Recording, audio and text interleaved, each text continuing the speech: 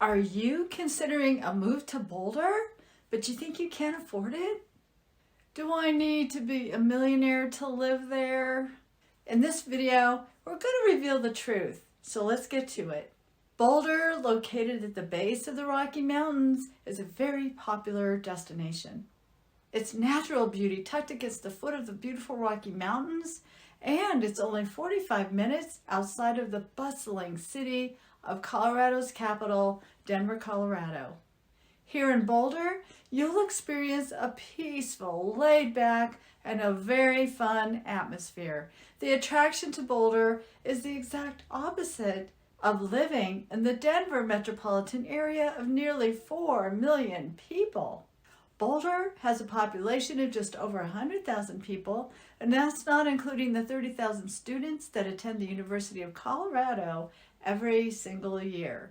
In Boulder, it's all about the outdoors, the open space, the hundreds of outdoor trails into the mountains and around the city.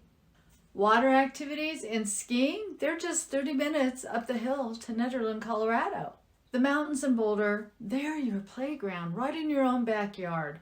Whether it's biking or hiking, camping, or just exploring the rugged beauty and wildlife.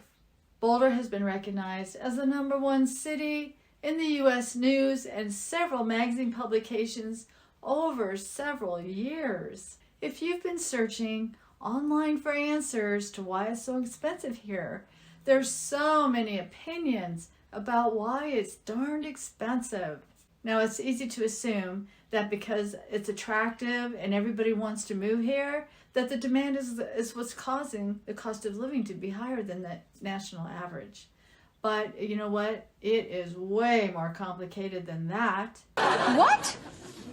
Well, Boulder and Boulder County's living cost pushes us up around 141% higher than the average for the rest of the U.S.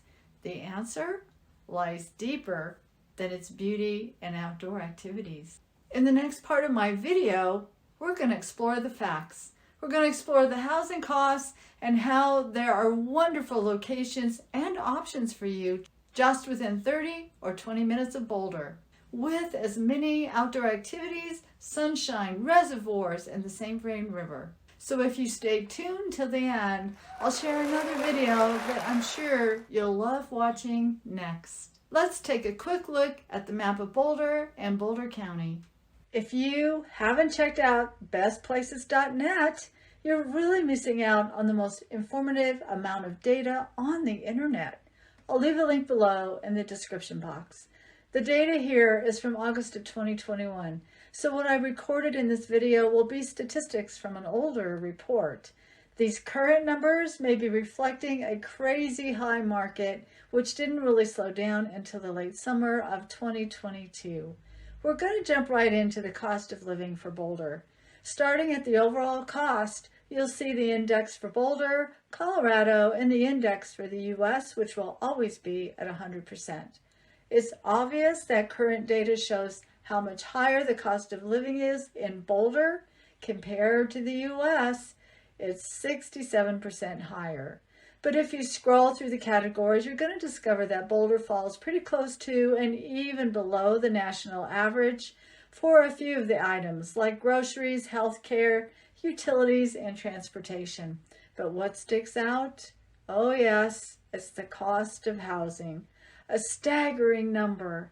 I'll mention that this site cannot give you live numbers updated monthly. So as of today, the average cost of housing is $787,000, and that is including detached and attached units. I'll leave a link below in the description box that you can pull up anytime for updated median home prices in Boulder. Colorado's median home prices, they actually stay closer to the average for the U.S. Now, for a brief visual of rents in Boulder compared to Boulder County, the state of Colorado, and finally the U.S. average. And you'll see that the difference is not as large between Boulder and Boulder County rents, but there's a much larger gap between Boulder and Colorado, and for sure a really big difference when compared to the U.S. average. Items to consider that might offset some housing costs are property taxes. Look at this chart of taxes throughout the U.S. Wow. We are in the top 5 lowest property tax rates. Our entertainment is relatively lower because we do ride our bikes for transportation, and the buses, they're easy and reasonable. And enjoying our mountains, natural parks, rivers, and reservoirs, that is all relatively free. The driving factor for the higher cost of living in Boulder is the cost of housing. Really, that's all it is. That's the same for Boulder County and really most of the Front Range all the way from Denver, north of Denver, to Fort Collins. There are some smaller communities and country towns with lower costs of housing. Those would be in Larimer and Weld counties, maybe north and northeast of Boulder, like Greeley, Evans, and maybe Loveland.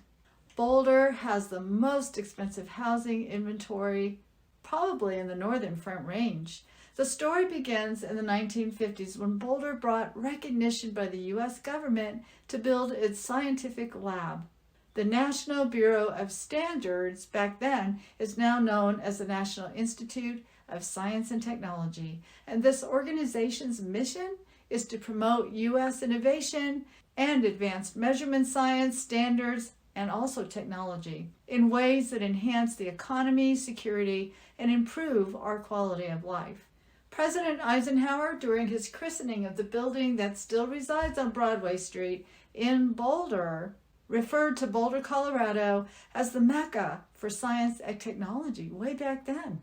That would start an evolution towards today, current day times, where technology is the atmosphere in Boulder, Colorado. In the 1960s, that would bring another giant tech company by the name of IBM, International Business Machines. They came and developed its campus just northeast of Boulder. It would eventually bring thousands of employees into the area. IBM was the contributor to the development of 3 favorite extensions of Boulder: Gun Barrel, Heatherwood, and also Niwot, Colorado. Located just outside of Boulder and across from the IBM campus, it was perfect for housing many IBM employees who were moving to the area. And the housing was more affordable at that time than buying a home right in town Boulder. Today, Boulder has many large technology companies and small technology companies.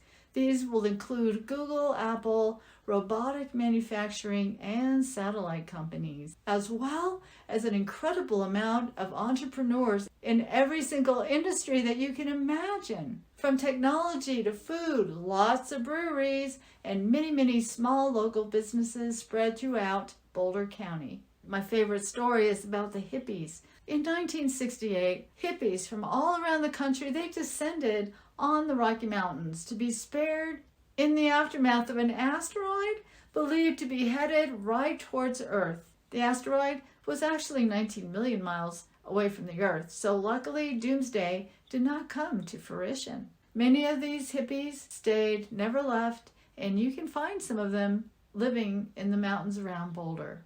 At the same time, Boulder purchased 144 acres surrounding the city and designated it as open space. No one can build on that moat that surrounds Boulder, and the intent was to protect Boulder from other cities growing to the west towards them. The result of Boulder's greenbelt was a high demand for homes, but nowhere to expand with no new construction.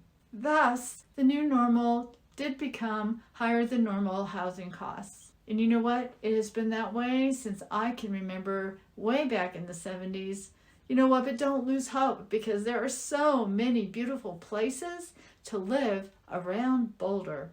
Just head east and north and you'll find yourself in laid-back country communities where space can be seen with farms and with ranches and maybe even a herd of elk.